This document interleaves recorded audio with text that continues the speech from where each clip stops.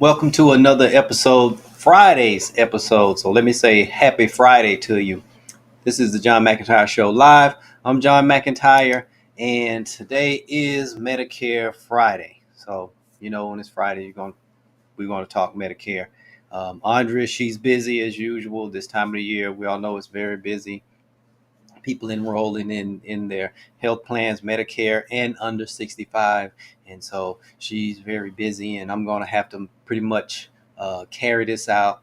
Wanted to make sure and talk a little bit about Medicare today, and specifically I want to talk about some Medicare mistakes to avoid.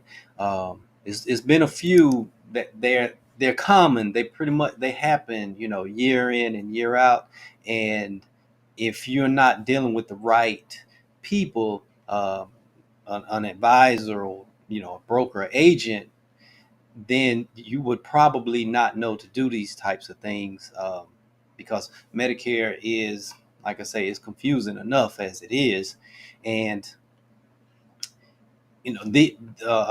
these mistakes that I'm going to share, I'm just going to share a few of them. We see quite a few, and I'm just going to share a couple, three. I'm going to share three today, that I see are most important, and they can do a lot of damage to your um, financial plan, to your financial future, especially in retirement, because every dollar counts, no matter what age you are. But we know, once you retire, you know how important. I mean, you become like very attentive to every dollar, uh, because you're going to have to make a certain amount stretch for a long period of time, or that a certain amount is only going to be coming in, and so you have to make sure that every dollar, well, that every dollar matters. And so, like I said, I wanted to share some of these that I'm seeing. And number one, or one that I've seen most recently, that I saw, that I really wanted to talk about today. A lot of people, they stay on Cobra, um, even after staying on Cobra too long. You know, and we all know that Cobra is an insurance package that companies provide to people that have been let go. They fired, laid off, something like that, and so you get to have Cobra as your insurance.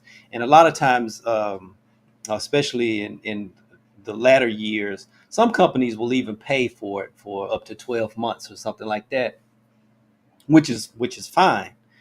Um, and if it is part of your severance package and it's taking care of things, you will probably say, well, I don't see any problems. The problem comes in when you turn 65, because when you turn 65, Cobra becomes your second payer. It becomes second payer if you are eligible for Medicare. And we all know at 65, you become eligible for Medicare. You don't have to take it at 65, but everyone becomes eligible at 65. And so all insurances, they become second payer, no matter what insurance you're on. And so if you have a claim and you didn't enroll in A and B, you are the first payer. Um, if you're 65 or older, you become first payer if you don't have Medicare A and B. And if you plan to enroll, and another thing also, if you plan to enroll in a Medigap plan, um, and you stay on Cobra a little longer than you should, you can miss your open enrollment period, your OEP, where you can choose any plan, Medigap plan, without underwriting. And we all know that, once you've enrolled into Medicare, if you say, for instance, you go on a Medicare Advantage plan and you stay on it longer than anticipated, you just can't go to a Medigap plan. And we all know that Medigap plans are more comprehensive in coverage. They are especially the Plan G. It is considered the Cadillac of Medicare insurance plans. So for the people that would be able to afford a Medigap plan, uh, you could actually lose your OEP if you stayed on Cobra too long, and we don't want that to happen. Because Cobra, it pretty much ends. Like I say, it moves to second payor at 65, and you become first payor, um, and that means expensive, right? So that's number one. Number two, um, a mistake that I've seen, people are enrolling in Medicare A and B while having good coverage at work. They're still working, and some people will say, well, what's the problem with that? So let's say you work for a company with 20 or more employees, your group coverage, and you have a great group coverage plan. Um, Everything is taken care of, and you're fine. Well, what happens is your group plan is first payor. Your Medicare moves to second payor, and you say, well, what's the problem with that? It's not a problem per se, except financially you're paying for part B. You really don't need it yet, but you're paying for it.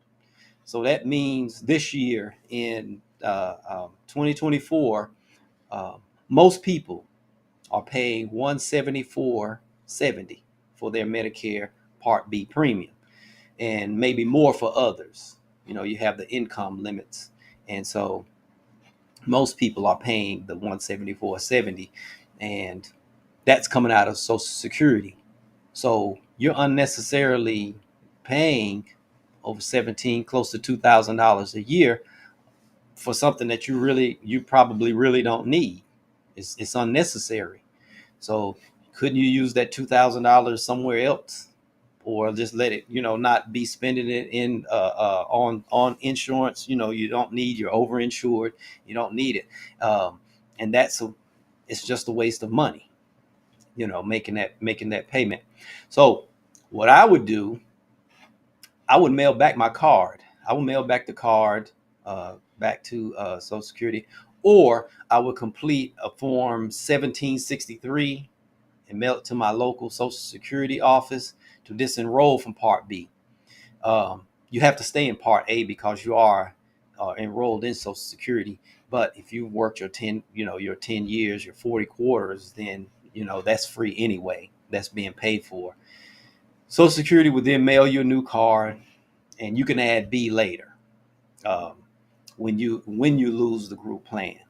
So now if you have a lousy group plan, um, then you would want to enroll into A and B. And this is where I always say, talk to your work plan administrator before making any of these decisions, because especially if you're planning to go into a Medicare plan, because I answer that question a lot. Hey, I have work insurance. Should I enroll in a Medicare Advantage plan?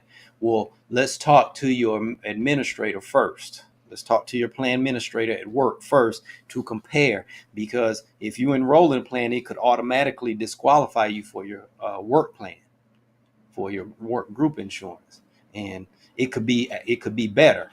So just make sure, a rule of thumb is um, making sure that you talk to your administrator, and they will go over everything with you. Then you can make an informed decision. So, and speaking of, before I go on to number three, while I'm talking about Part A, enrolling in A only uh, while working, it could be unnecessary also. Now, if you take Social Security early, you'll have to roll in A at 65 if you take it before 65. You don't have to take B for the reasons I just talked about, mentioned earlier. You're in what, creditable um, coverage, which is either equal or better than your Medicare would be. So you may decide to take A only, and that's fine if you keep working past 65. But financially, some people that I've seen, what most people don't realize is that if you have a health savings account, HSA, which is the type of savings account that allows you to set aside money for health purposes on a pre-tax basis for those medical expenses, that shuts down once you've enrolled into Medicare A. Once you enroll in Medicare A, you can no longer contribute to your health savings account. And that's pre-tax dollar, you know, and you want to, is if you're going to work and you have coverage, group coverage at work, and you're happy with it, there's no reason to touch Medicare A or B. You won't be penalized because you have creditable coverage. Now, once you hit 70, then yes, but up until then, if you're going to work as long as possible, do not worry about Medicare A and B, because you are able to contribute to your SHA. And see, the SHA, number one, is pre-tax dollars. That means it comes before you're taxed. That money goes into the HSA, then you're taxed on the rest. Big time benefit, what I call a wallet win. HSAs, as we all know, the people that have them and are benefiting from them, they know that you take care, you can pay your deductibles, your co-payments, co-insurances, and other expenses. You can even pay for your Medicare premium with it. So you see that, okay, if I'm going to go into one, I can build this up. This could be my healthcare nest egg that will take care of those types of costs later on when I do go on to Medicare or things like this, especially if you're healthy. And you can always win. You're always winning when you're able to lower your out of pocket healthcare costs. So if you roll into A, you can no longer, like I said, contribute to your SHA account. And you also have to make sure you time it. If you do have a HSA and you'll be going into A, make sure you time it to where you stop making contributions 6 months prior to going on to A, or you risk being penalized. So if you're waiting to work past 65, wait on enrolling into Part A for that SHA benefit to keep that. So I hope I was clear on that. If you have any questions, contact us. We'll be more than happy to answer those questions for you. Now, number 3, another one that we see that's not good for you financially is just not buying a drug plan.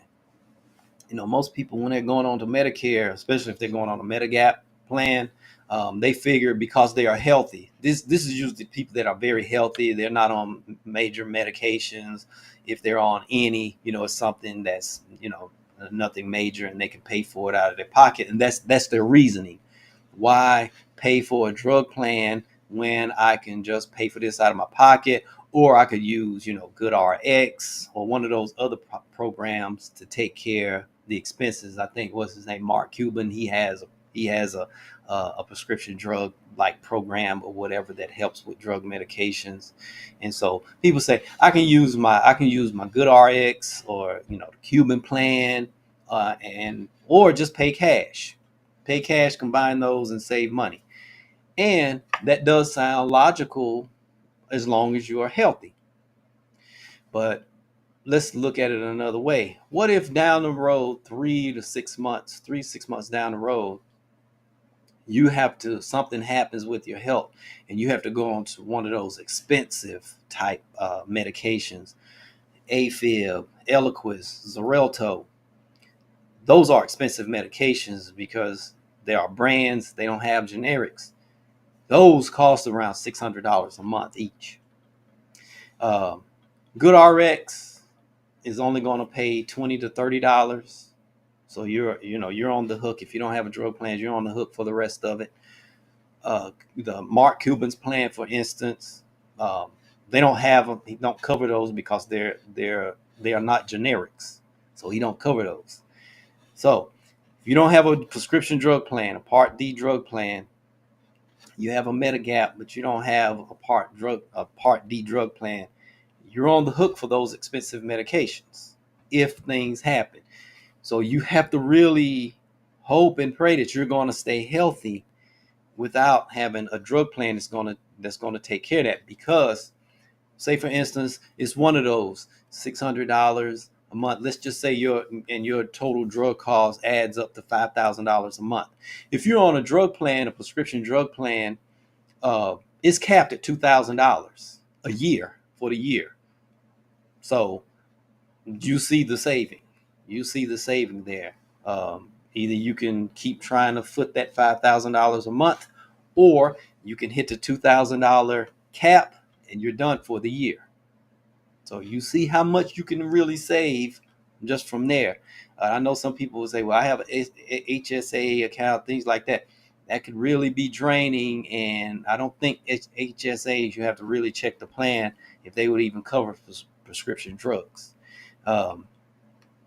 So get a drug plan just in case, because remember, these are insurances. These are insurances. They're for just in case time. I would rather have a drug plan in place paying, $30, $40, $50 a month, than to surprisingly end up with $600 plus a month that I have to pay out of my pocket. Or if I use Good RX, $570, I still have to pay $570. Would you rather pay $50 a month or $570 a month? That's the question. That's for you to decide.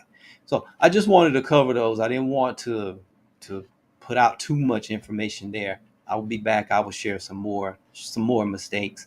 Or if you want to talk further about this, about Medicare or any of the health plans, or anything financial, give us a call. The information is there on the screen.